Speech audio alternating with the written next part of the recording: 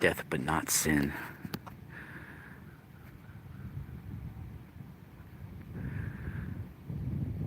That's Dominic Savio's motto there. This is actually Saint Dominic Savio to the Roman Catholics.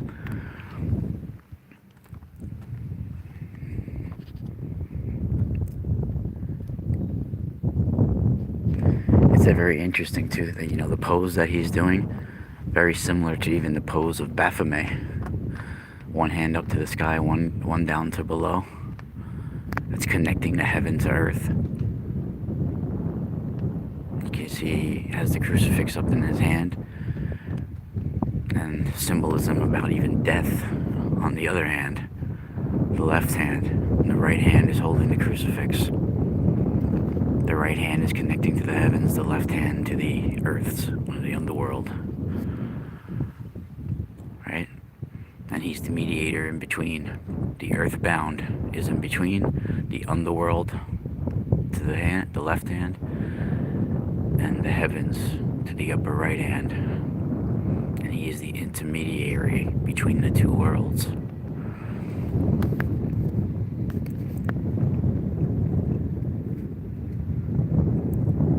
And young Dominic Savio did die before sin. He made this pact with Jesus and Mary that he would either become a saint or die before sinning. And he died at a very young age.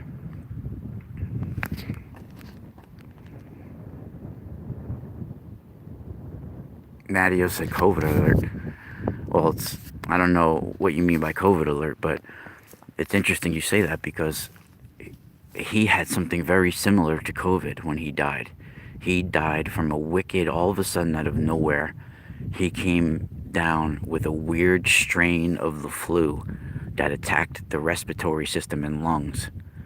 And he died at like just turning 13 years old, 12, 13 years old. And this was a saintly kid. Very close to Don Bosco. And this kid even appeared to premonitions to Don Bosco after he died. And the kid's whole life was he wanted to become a saint as a child. He heard about the saints. He wanted to be a good person like the saints, and that's what he thrived to be.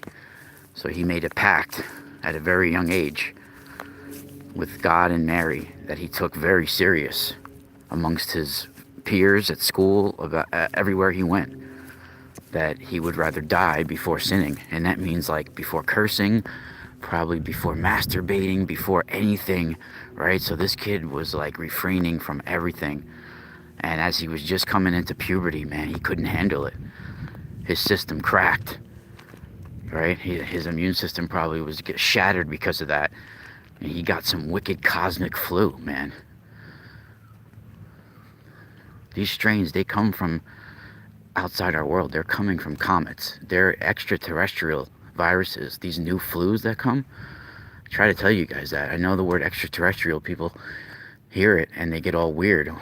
It sounds like woo-woo, but that means it comes from outside of our Earth. And it's coming through cometary dust and cometary debris that drips down through the stratosphere, especially when we're in minimum sunspot cycles. So before anybody comments about that out there, the people that judge when they hear that extraterrestrial virus, listen to what I'm saying about it and then do your research before you judge it, because virus comes from space, period. The new flus that we get, it's coming down when our defense shield is down. And the minimum sunspot spike will make places that have breakthroughs in the stratosphere. Those places that have anything lurking in the stratosphere during these minimum sunspot cycles will have, it's like an open window, an open invitation for stuff to come into our atmosphere. And all the cometary debris that's lurking in the stratosphere in these patchy spots, it drips down. And that's why there's random breakouts all over the world in random spots simultaneously. that they can't, and I've had Professor Chandra on, a famous astrobiologist and astronomer, world famous. Has gotten so many awards and should have gotten the Nobel Peace Prize with Fred Hoyle in the 1980s. But because they were talking about extraterrestrial virus and life coming on comets, it was very controversial. Now the reason why it's so amazingly and rock solid evidence is that I came to that same conclusion my own way. Right? Through visions, through me just being interested in comets, and then just like a psychic premonition, visions type things coming over me. And I'm experiencing the research on a deeper level, where you start getting visionary information when you're tapping into the Akashic records of the subject. And anybody that follows my work for any significant amount of time will know that I'm not bullshitting on that. It's the whole reason why I live. I mean, now I have a daughter. It's like I have a few more reasons for living that light my light, that light my world up. But for a long time, that's what keeps my fire burning. That's what even drives my creativity, my music, my everything. Is that imagery that I get within my consciousness.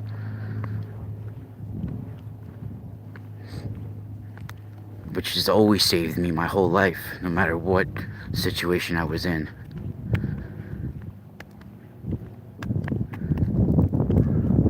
My inner telepathic connection, if you want to say, has always saved me. No matter where I was, no matter how bad it got.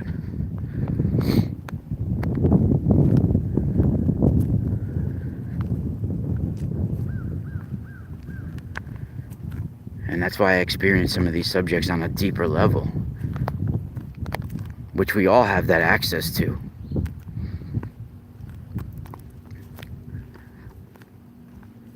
Just unfortunately, I think we've been shut off to it. And some people, they go through certain events, whether it's a traumatic event or some sort of thing that happened, and it gets triggered somehow.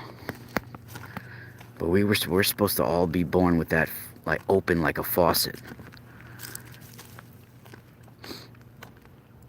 On my Patreon and my buddy Masaki's Patreon, we did a private talk just for patrons the other day, and we talked about some very interesting things. So you guys can check that out on Patreon.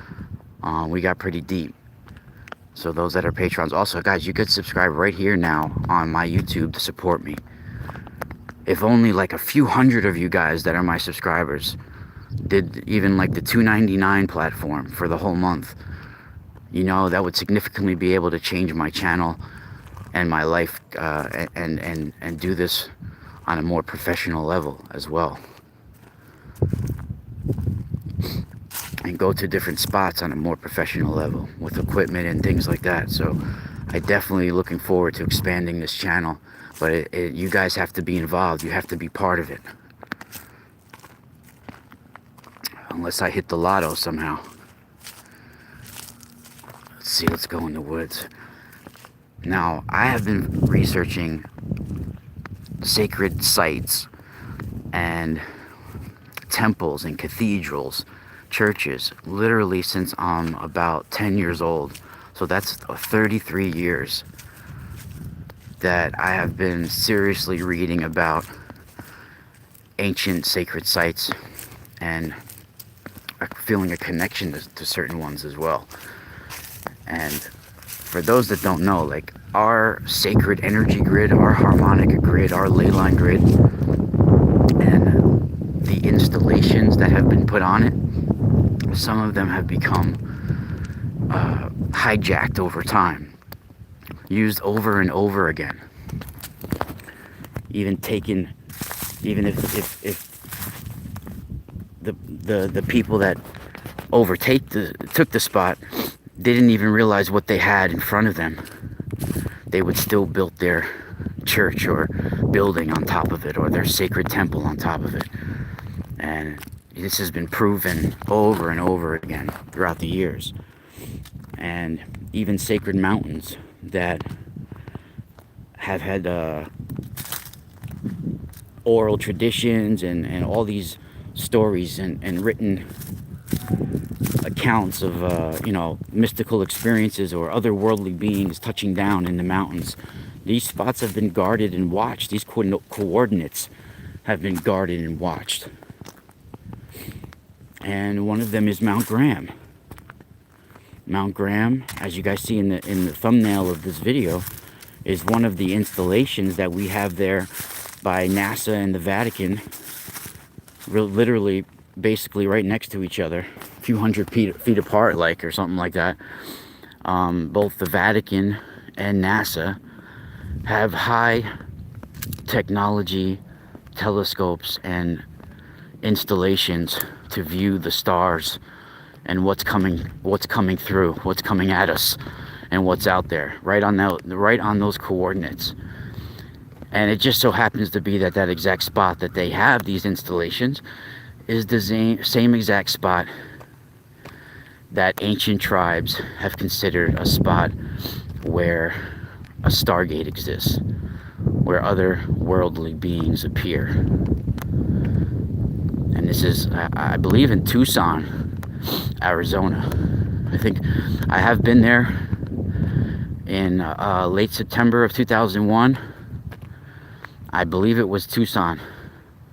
We drove there from Phoenix, and I had lived out there in Phoenix for about 3 or 4 months in 2001, and we took several trips all over Arizona, actually.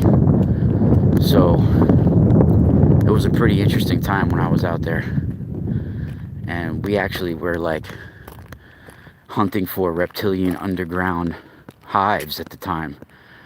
And it was with this family that I met out there that was into similar research as me, and they were actually living above what you could call like a reptilian nest. Literally, these things would come from like another dimension into this physical reality, and it was connected beneath the ground, like in the sewers.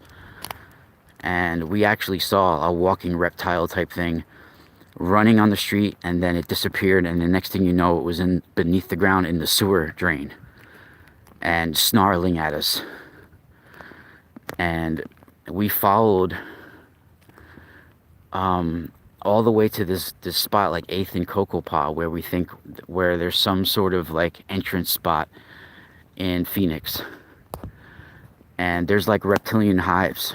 They live at an alternate frequency as we do, but they can come into this frequency, into this physical dimension, this physical reality, and it's connected to beneath the ground, like inner earth dimensions, if you want to say. And I was heavily into that sort of research back then. I had to take a step back from it, but yeah, for sure, there are certain spots within Arizona where reptilian type beings come into this dimension and can affect certain people. And in fact, it can even be drawn. Something happens psychically to somebody when the people do crystal meth. Now that area, and the family that I knew, it was her stepfather and her mother. They were involved with like making crystal meth and all types of shit, and that wasn't a coincidence. And how I got started with even researching it out there was that this guy was like, her stepfather was like 6'5", Larry, and he would be like, he was like deep in the crystal meth world out there in Arizona, at least in Phoenix area. And he would be like screaming at himself sometimes in his room.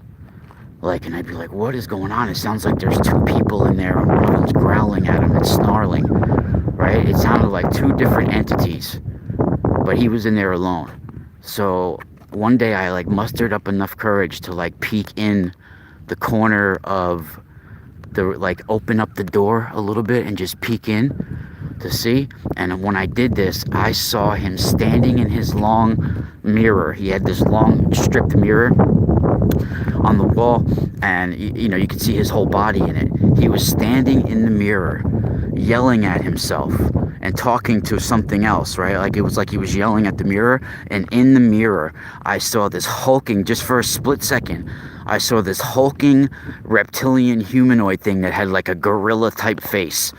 More like a gorilla face, but it was like a reptilian type reptile thing. And I saw it, in his reflection was that in the mirror, and it was snarling at him and looking, and it was hulking, like breathing heavy, like like breathing really heavy, like it was gonna have a heart attack heavy, like real, like you saw it like pulsating, you know, and it was snarling and it had this gorilla face. Right, and I saw that, and my whole heart stopped. Everything froze within me, and I put the door back real quiet, and I backed away. I didn't speak for like a half an hour. I couldn't even speak.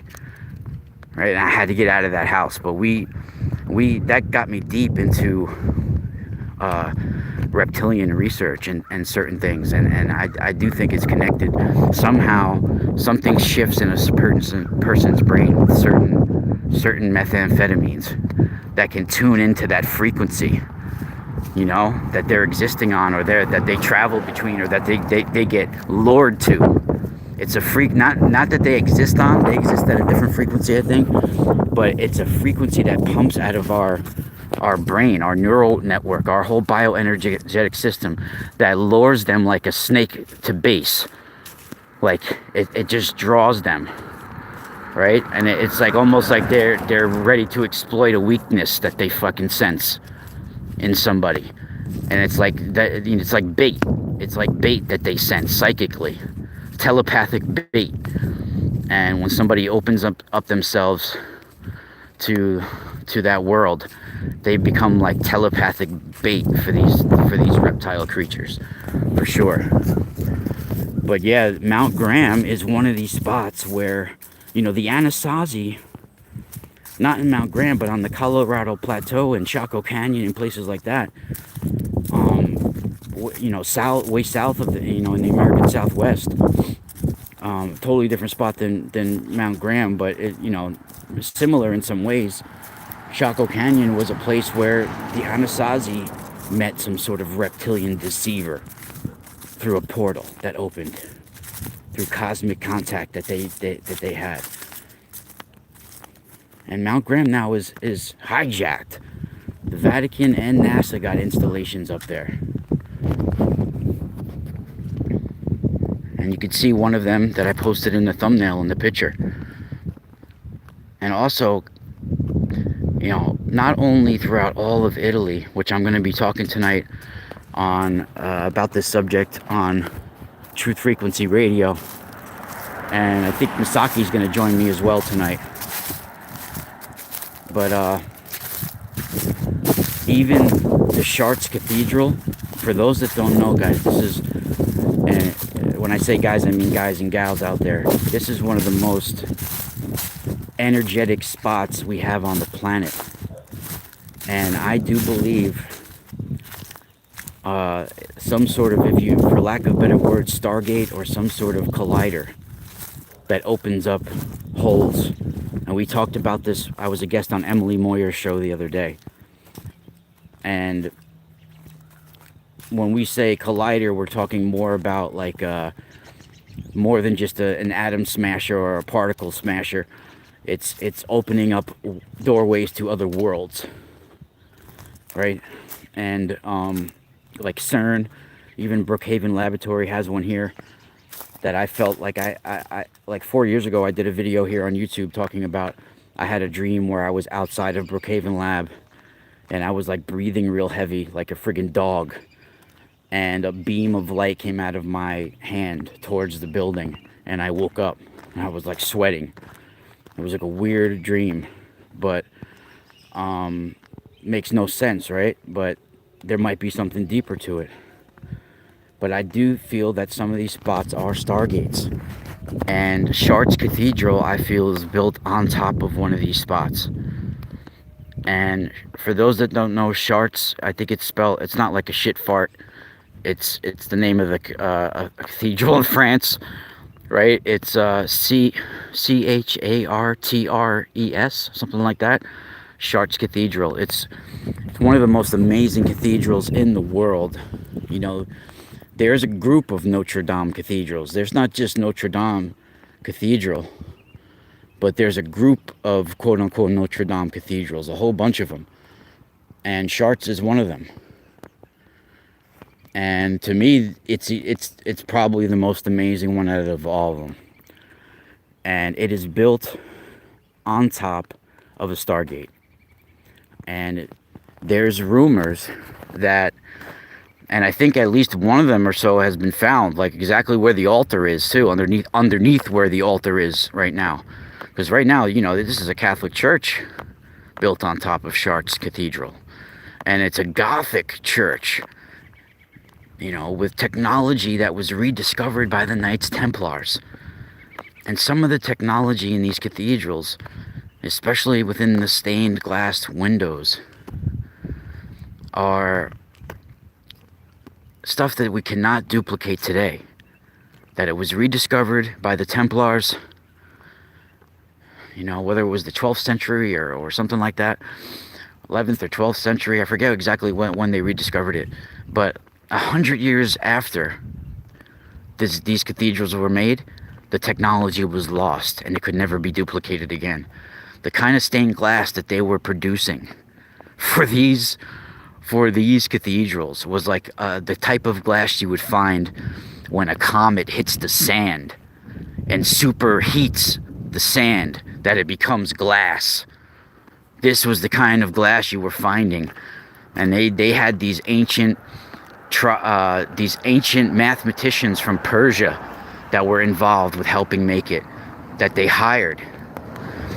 The Knights Templars rediscovered a technology, and they hired these Persian ancient star mathematicians to back engineer this technology that they discovered.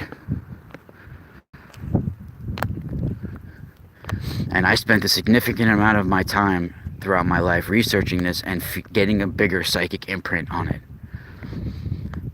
And there are rose portal windows that build Torus field technology within these cathedrals that open up a funnel, a spinning funnel stargate that connects to other dimensions that have the same spinning funnels. One folds on top of another and connects. You know, like if you, like, say you put a funnel in your car where you're going to put oil in, right? But instead, you're putting another funnel on top of it. So the two mouths of the funnel meet each other. And then it's just one funnel on top of another funnel, another funnel, another funnel. It's opening up a Torus field gate. And stone circles do this as well. And underneath Chartres Cathedral is said to be menhirs. A whole bunch of these standing stone menhirs are, if anybody's ever even seen in France, Karnak. That's an example of a menhir, menhir. They're standing stones, right? And a lot of them could even be granite, quartzite, or, you know, all sorts of different ones. But Karnak, of course, is the best examples of menhirs in France. But there's supposed to be arcs of menhirs beneath Chartres Cathedral. That Chartres Cathedral is basically built on top of this Stargate. And the whole thing, the whole cathedral is a machine. Even look at it, you could see it's a machine. It's built to pull out telepathic fields of cosmic consciousness and pump. It's meant to connect, to broadcast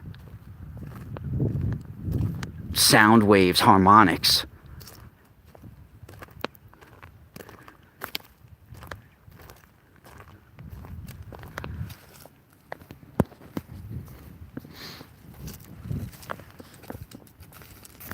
Who's with me in the chat room?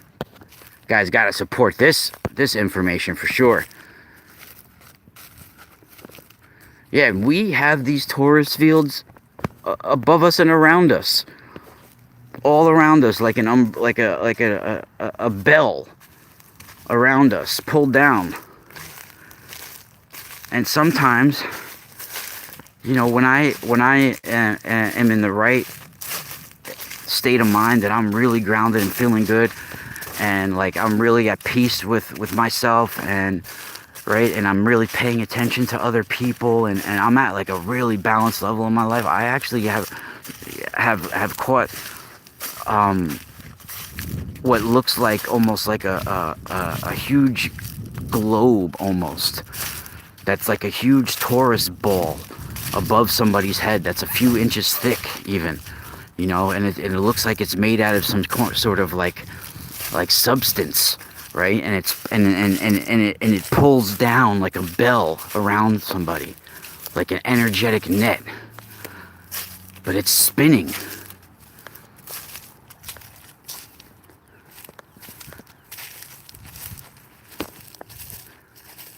Hello, Tammy. Cool, the Nephilim anthropology event. Yeah, I'm looking forward to that. I have so much information about that. You know, even when I was researching this topic, and even what I found out with Notre Dame, you know, that I was getting a lot of imagery of redheaded otherworldly beings, or redheaded humanoids associated with visiting these spots, you know. And of course the redheaded gene has been associated with the Nephilim and the Rephaim and tribes of giants for long periods of time, right? Thousands of years people have talked about the redheads, and we find it right in UFO encounters, right? And you would find it in people that would say it where they don't know the significance of what they're actually saying. Even Benny and Barney Hill. Barney, he had reported seeing somebody that looked like a redheaded Irishman on the UFO. People don't seem to remember that little part of it, but I felt that was a significant part of it when I was researching it back in the day. You know, that's a significant part. I was like, oh wow, he saw a redhead. You know, the famous story of Antonio Villas-Boas. Antonio Villa, he was like I think he was Brazilian, where he had this UFO encounter, and he was brought up on this ship, and he was like basically like telepathically lured into having sex with this woman who had these bright red hair, armpit hair.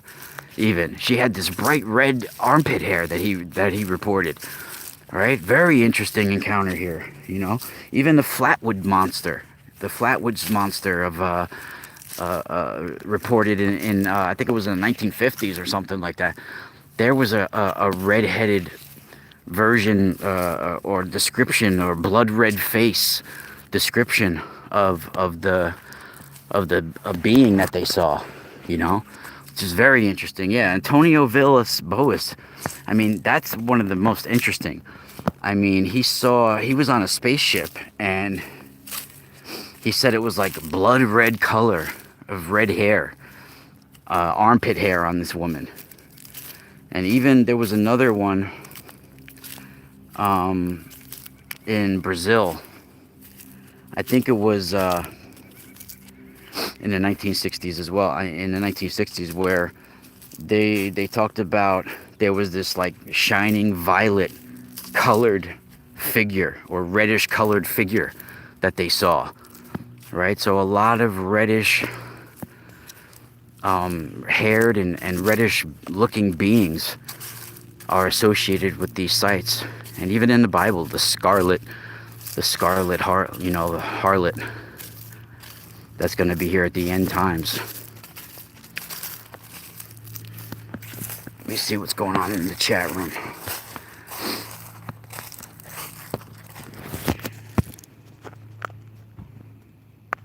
Yeah, all leprechauns too. Yep. It's known to be the red hair and green eyes as basically part of Lilith too. Of course, I've talked about this many times. The red-haired tribe, it seems to be part of the Rephaim and the Nephilim bloodlines and the dragon bloodlines, right, of royalty and secret societies. It's always known within witchcraft too, the most wicked of witches are those that are red-haired and green-eyed.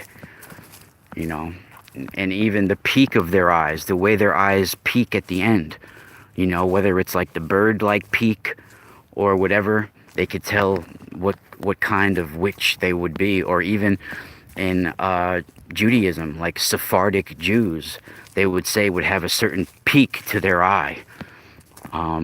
So people are always looked at by either the color and the formation of their eye and hair. It's a known DNA marker for certain bloodlines. And it's said that even the giants, the Rephaim, they were so big and they had such heightened senses that they could smell the DNA and the blood that you have within you. They can tell what type of ancestry you got. That's how much heightened sense. They could smell the encoding within your blood through their senses. This is where the very nursery rhyme comes from. Fee, fi, fo, fum, I smell the blood of an Englishman. The giant can smell the English. Can smell who is English. That's no joke, right? That is no joke. That is a real nursery rhyme. For those that don't know, that is the reality of how real that is frightening, in fact. So, King Og, all of these, even talked about in the Bible, right? The Lovelock Giants in the Lovelock cave areas. The Native American tribes had to get together and trap these giants, these red-headed giants, in the cave to burn them alive, smoke them out, because they were stealing their children and women and doing sex rituals with them and cannibalizing them, right? And these were red-headed giants, just like King Og of Bashan.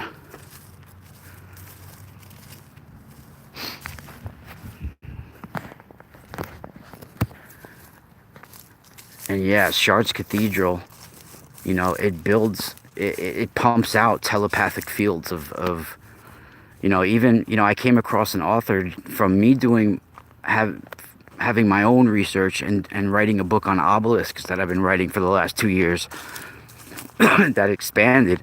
It went from being just about obelisks to about sacred energy spots all over the planet that these stone monuments and even stone circles are built on. And I came across author Chris Hardy, right? Who's I think she's a doctor as well. I'm not sure if she's a doctor in psychology or I forget what it is exactly, but I have a few of her books now because I came across some of the information that she was talking about. And she discusses Chartres Cathedral as well in some of her books. And she calls certain things a telhar field, like a telepathic harmonic field. And it's interesting because for people that don't believe in that, I mean, even when you like do a jam session as a musician, where you guys are improvising, playing with each other, you're literally building a telepathic field between each other, right? Where you pretty much know where each other are gonna go without knowing. Like it's just like it's a telepathic field that's built up, right? And the more you're experienced with those people, the more it's imprinted on you and the better it gets. Right? It's a telepathic connection, basically. I mean, there's no other way to describe it. It's a harmonic telepathic field. And she calls these similar things Telhar fields. And the way I came across from her information is because I was researching this subject because I came across similar things within my life, and I was describing them similar ways. So I started looking for other stuff out there, and I came across this author, and you know, she's got some amazing work. I'm going to try to get her on my show, and a lot of significant stuff is talked about in her work. And I experienced a lot of what she's talking about throughout my whole life, and I was explaining them in my own way. So it's amazing when that comes across in life.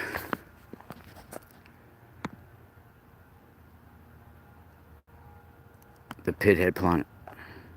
Yeah, no, they were all, not just Chartres, Notre Dame as well. You know, Notre Dame was built on top of the Cernunnos.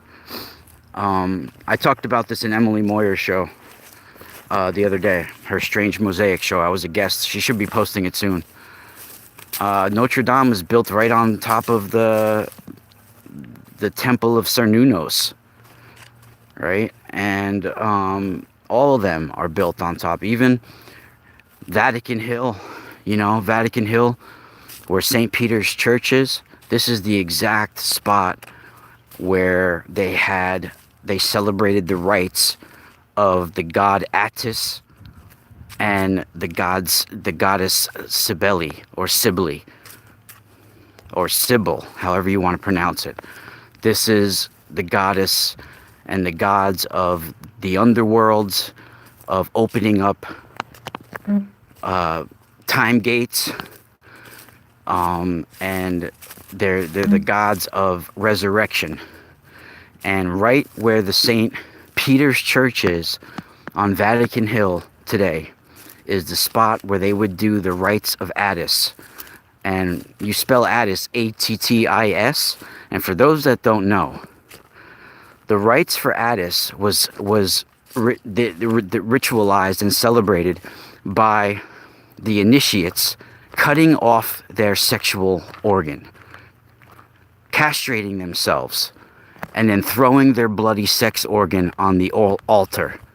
Then afterwards running through the streets dressed as a woman, and everybody would flog them and hit them with a stick and whatever they had in their hands as they went by. And this was on the exact spot that they have the St. Peter's Church today, you know. And that area, you know, the 7 hills of Rome, these hills were all, they're ancient volcanic hills, and they're all spots of communication with the gods. And they were sacred spots.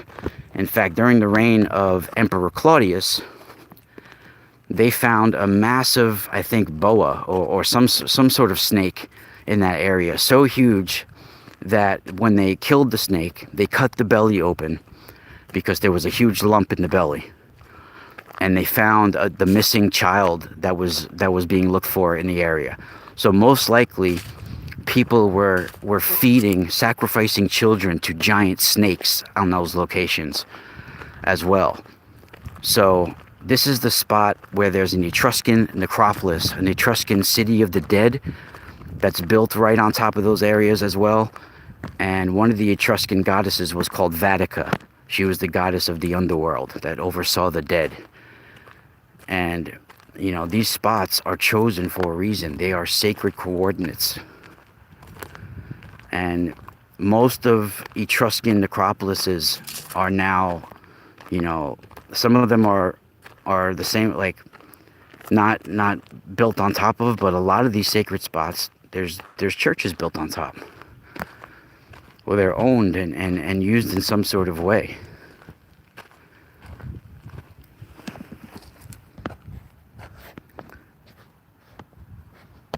Let's see if you guys got any. Yeah, no, I've been talking about the Etruscans for so many years. That's one of my my areas of, expertise, I guess you could say, if you want. I've been building a whole library and archive of my research on Etruscan necropolises and Etruscan history for like 15 years straight. I work on it a little bit every month, and I'm always adding stuff. And there's a few books out there. I think it was Hamilton. I forget the lady's name now, that I have pretty much everything that she's ever documented in the 1800s when she was visiting a lot of these Etruscan necropolises. I have a lot of old books from some of the first times that these Etruscan necropolises were explored, after many years of being left there. And like in the 1800s, a lot of people, some people, not a lot, but there was a few people in the 1800s that were like rediscovering a lot of these ancient Etruscan necropolises and going and visiting them and documenting them. And I just was fascinated with it because I knew I was connected to that. And of course, you guys know that the Vatican has control of a lot of these underground necropolises as well. They still use them, Even what was it, Saint Philip? I don't know if it was Philip Neri. It might have been Saint Philip Neri. I think that's who it was, where he was praying in the catacombs near one of the saints' tomb, and he was embodied by this like flame. He said that's the best way he could describe it. It was like a red flame that came into him, and it felt like he was on fire. And it said that he felt his heart expand and his ribs break. And actually, after he died, they examined him, and his heart was enlarged, and it broke like certain things in his chest cavity and stuff. So they actually proved it after his death that something did happen like that. So he had this fire come into him, and he felt his heart enlarge, he said, and expand. And like for his whole life after that, he always had to like leave his shirt unbuttoned even in the cold. Like he was always really hot, and he would like get these intense fevers when he would have these ecstatic states. And he actually rose people from the dead that had died, like a miracle. Like there's resurrection miracles attributed to him while he was still alive, and even after he died. Even his body was looked at as incorruptible after his death. So there's something happened to him in the catacombs. And when I was researching this years ago, I had this imagery of like a scarab, some sort of Egyptian scarab type technology or stone that he picked up, that something happened to him that way, where he was embodied by something associated with a scarab. I feel that's the part that they're leaving out of the story, that he was in the catacombs down there, and there was some sort of scarab amulet on one of these bodies that he picked up, or he touched, or he did something with, and something happened. That's the imagery that I got with it. Of course, I can't prove that part, but St. Philip Neri, he read up on it. I mean, I've done shows on him before, back in the day, because there is some very interesting scientific proof and interesting mystical encounters that is talked about with St. Philip Neri. I've always found that interesting. I think I have the right name. There's so many freaking saints over the years that sometimes I get confused with the names. But I'm pretty good with memory. I've always had like a photographic memory for stuff that I'm interested in. If I'm not interested in it, I don't really retain it. But when I'm interested in it, it gets like imprinted on me.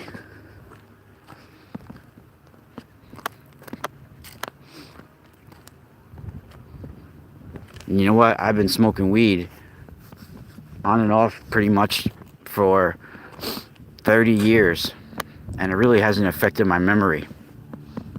So I don't want to hear that. People say that it affects your memory. I think maybe it does for some people. You know, everybody gets affected differently by things.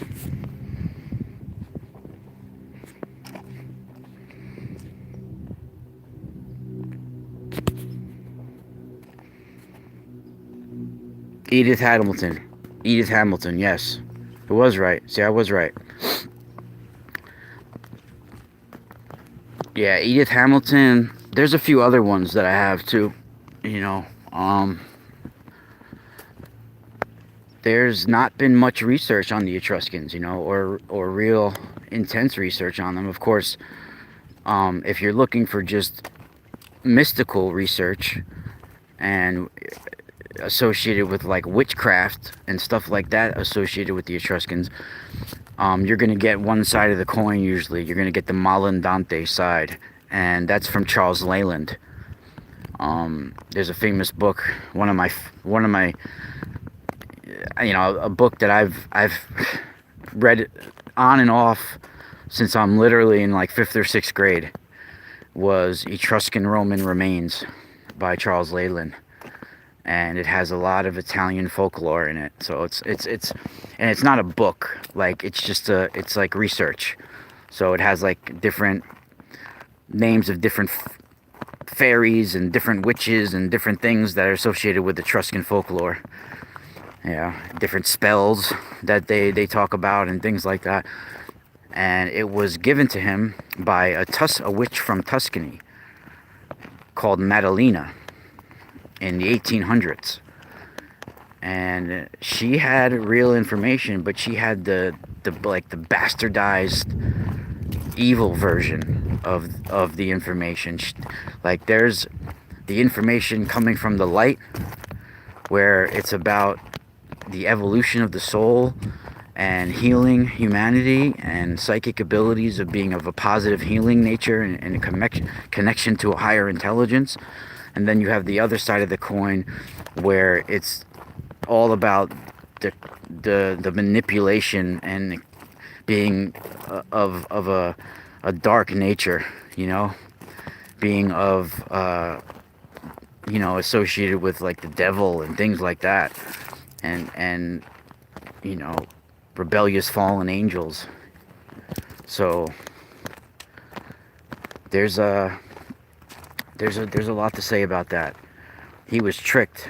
And Charles Leyland was an interesting author because he spent most of his life living with the people that he wrote about. Like, when he went to go write about the gypsies, he went and lived with the gypsies for like 10 years.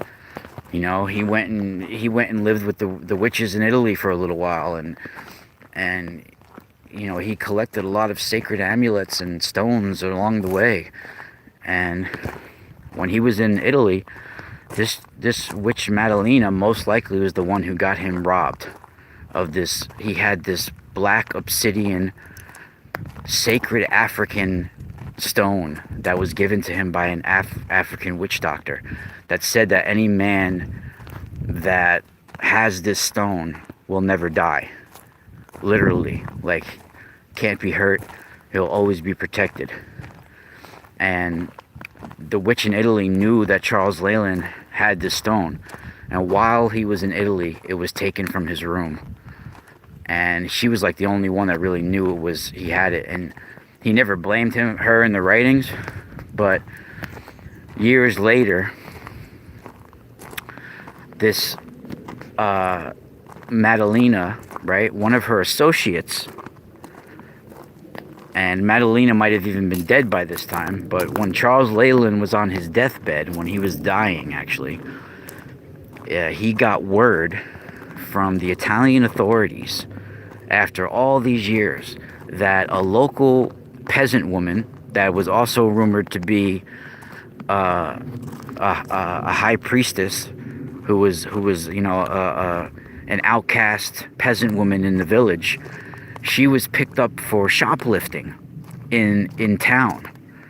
And when they searched her, they had his stone. That there was like he had reported it missing, and it was a certain description to this stone. So she had this sacred stone on her when like he had some sort of documentation where they knew it was his stone. And she was picked up for shoplifting. It was one of the things that she kept on her at all times, that she kept with her.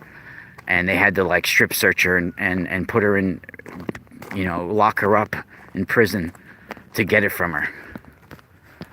And it was rumored, like while he was on his deathbed, it was reported that it was found for him. Very interesting that it came back to him, and it was supposed to protect him while he had it, but he got it taken from him. And then as he was dying, it was refound. That's very interesting. They are called malindanti. Let me see you guys in the chat. It's hard to see in the chat room because there's like a glare.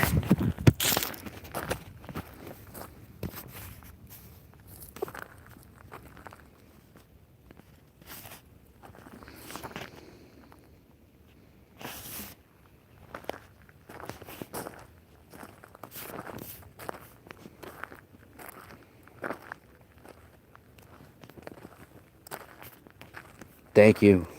Love my voice. Yeah, I guess that's why I do radio. I do radio. Some say I have like a soothing voice, but if you probably ask my wife or people in my family, they don't like to hear my voice probably. Right? Oh shit, that's how it is. But people always said that I had a good radio voice, and I never saw it that way. But I do sing. I've always been a musician. I've always been good with my words, and I've always been good in like chorus when I was younger, and I always was able to tap into music before I was even a musician. When I was in school, when I was younger, I had like some teachers that had pianos in class. And at one time or another, they would play it or whatever. And if they would hit a key at a very, very young age, I would be able to be like, that's like out of tune. And they'd be like, how did you hear that? Because it's not out of tune. And then he would play it again and be like, wow, it's like it is slightly out of tune. How did you hear that? And he'd be like, that's the only key that's like a little bit out of tune that I've hit the whole time. That's the whole, and I would say it out of nowhere. He'd be like, so he's like, how did you hear that? I'm like, I don't know, it just didn't sound right to me. So I was able to pick up on music and hear into that at a very young age. And like I said, after 1987, when I had my operation and my near-death experience, music was different for me. I heard it in a different way. Like, I was able to just pick up guitar pretty quick with barely any instruction in any sort of way. Even the little instruction that I did have, that I did pick up from some people, I eventually threw that out the window and did my own thing anyway. So that just came out of, that just was like turned on. My guitar, like learning how to play guitar, that just came out of nowhere, But I already had music ability. I was already singing at a very young age. So was my daughter. My daughter has a rhythm and she sings, all that, and she came out the womb like that. She was singing before talking.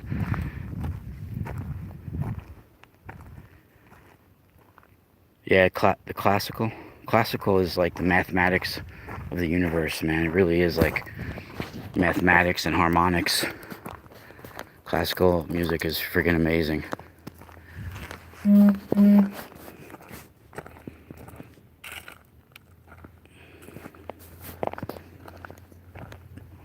Pythagoras. It's like Pythagoras on the keys.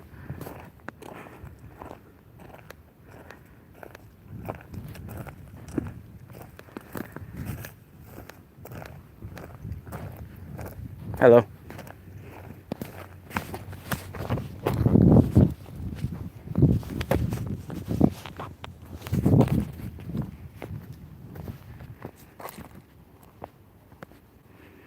Yeah.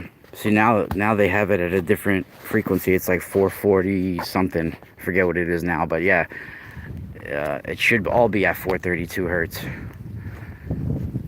And whenever somebody gets in like an 8 hertz meditative state, it's like you could peer in those higher frequencies that are mathematically compatible with 8 hertz, like 432, 72, all those ones, 144, which is harmonic light speed.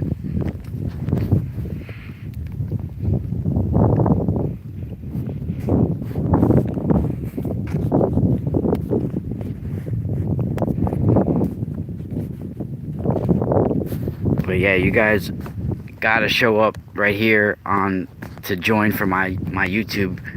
Support me, please, because we can expand this channel together. And I just realized I could have had subscriptions on YouTube this whole time. I just made it available yesterday. So I'm not sure if anybody, I know at least one person joined in the chat room yesterday, but I'm not sure if people have joined since then. If you guys have been joining, thank you for supporting me. I really appreciate it. Also, my Patreon is an amazing platform because I write articles every week, book recommendations, all sorts of information that some of the stuff that I'm talking about on here, but more in depth and with pictures and diagrams and all of that I can post. So the more people that support me on Patreon and on YouTube, the more time I could spend on doing this stuff and into it. And my goal is to be able to do it full time, so I could spend all day providing information and setting up better platforms for us to discuss and chat with each other. So if I get a better platform, we could be set up where I'm doing readings for people within the live chats and interacting with them on a better basis and a better setup. So that's definitely the goal, everybody. So we got to do this together, and I really appreciate you joining me today and discussing this information. Let me see if there's anything else going on in the chat room. I'll be live tonight on Truth Frequency Radio.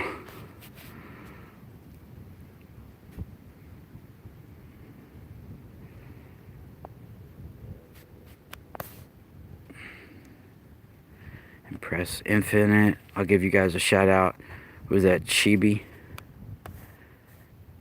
Empress Infinite. What's up? Scott Severini. What's up? What else we got out there? I mean, there's like over 20 people in there, but let me see who else is commenting out there. Sanitarium Radio. What's up?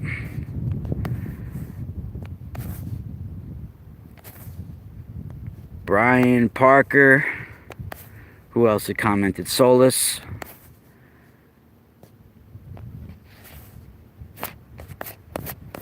Everybody that commented, shout out. Tammy.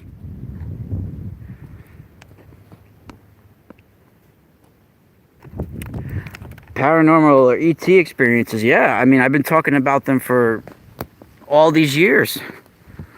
All of these years. I've had numerous paranormal, what you would call paranormal encounters. In fact, I do psychic readings. My whole life I've been surrounded by what people would be called spirits or psychic activity. So there's like innumerable amounts of things that happen to me on a daily basis, literally, that I feel around me, that I feel around us, I feel around everything that the average person isn't tapping into. So yeah, I mean, I talk about it all day and every day. But I've been interviewed all over the world about it, some of my encounters and my experiences. So I'm kind of booked right now with shows. I got a lot of things that I'm booked to do, so I can't really call in a show right now. But if you want to set up a interview with me and you have your own show, just email me about it and I'll get back to you in the chat room if you're asking me if I want to call in. I didn't know what you're talking about, but yeah, I've been talking about it. I mean, I've had few UFO sightings as well, but one of them I caught on video that I have here on YouTube. But yeah, I've had a lot of encounters, and it's not like something that I'm looking at like it's like a cool in thing to do, but it's not something that I'm bragging about either. Some of them were real spiritual battles where things happened to me, you know, where a paranormal psychic activity happened, you know, and I had a weird experience, and it was like almost from his spiritual hysteria that caused it, even that maybe even lured it to me, you know. So how's it going? It's not something that I like to talk about, like where it's something cool, you know, like, oh, this is cool research. Like, it was, most of them were like something that changed my life, and it was something real spiritual. It's almost like talking about your prayers to somebody, you know, because it was something that was involved with like a spiritual change as well. And if you go on my Patreon, you can hear some of the stories. Well, I just talked about it with my friend Misaki on my show, on his show. He interviewed me on his Patreon. I also posted it on my Patreon. And of course, I'm a guest on Leak Project and a whole bunch of different other shows, and my radio show, where you can hear all the experiences I've ever had. Somebody lost their bracelet. You know, I talk about them. I've seen spirits before. I've been approached by weird things before in my life that, you know, most people would say is supernatural or paranormal, but I think it's just a normal condition of our world that many people are shut off to right now.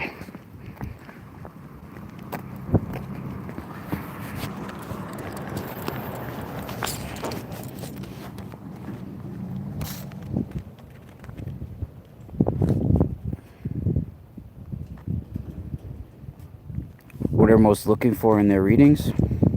Well, you know, I've been doing readings for probably about over 20 years altogether. I mean, I literally started doing like card readings for people and stuff like that. I don't do that anymore, the cards, but like I started doing that when I was like in middle school. I mean, so technically I've been doing readings for damn near 30 years, you know, but on a serious level, on psychic readings, I've been doing them for a while, like very, very long.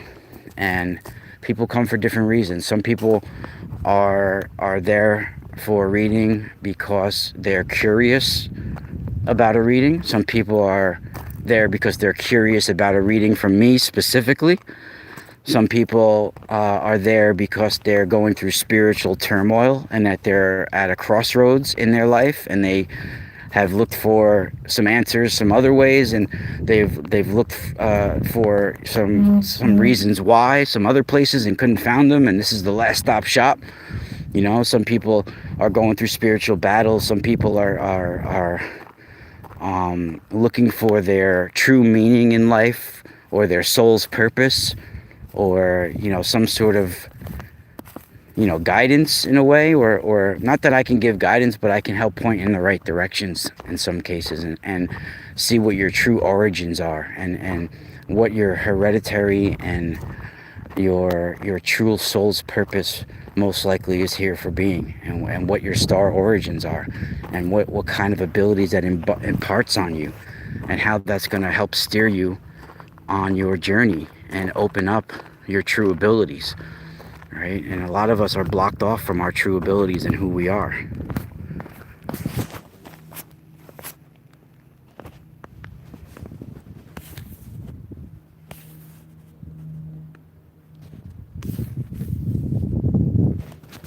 Damn, my phone's going. Oh, we've been talking a while already.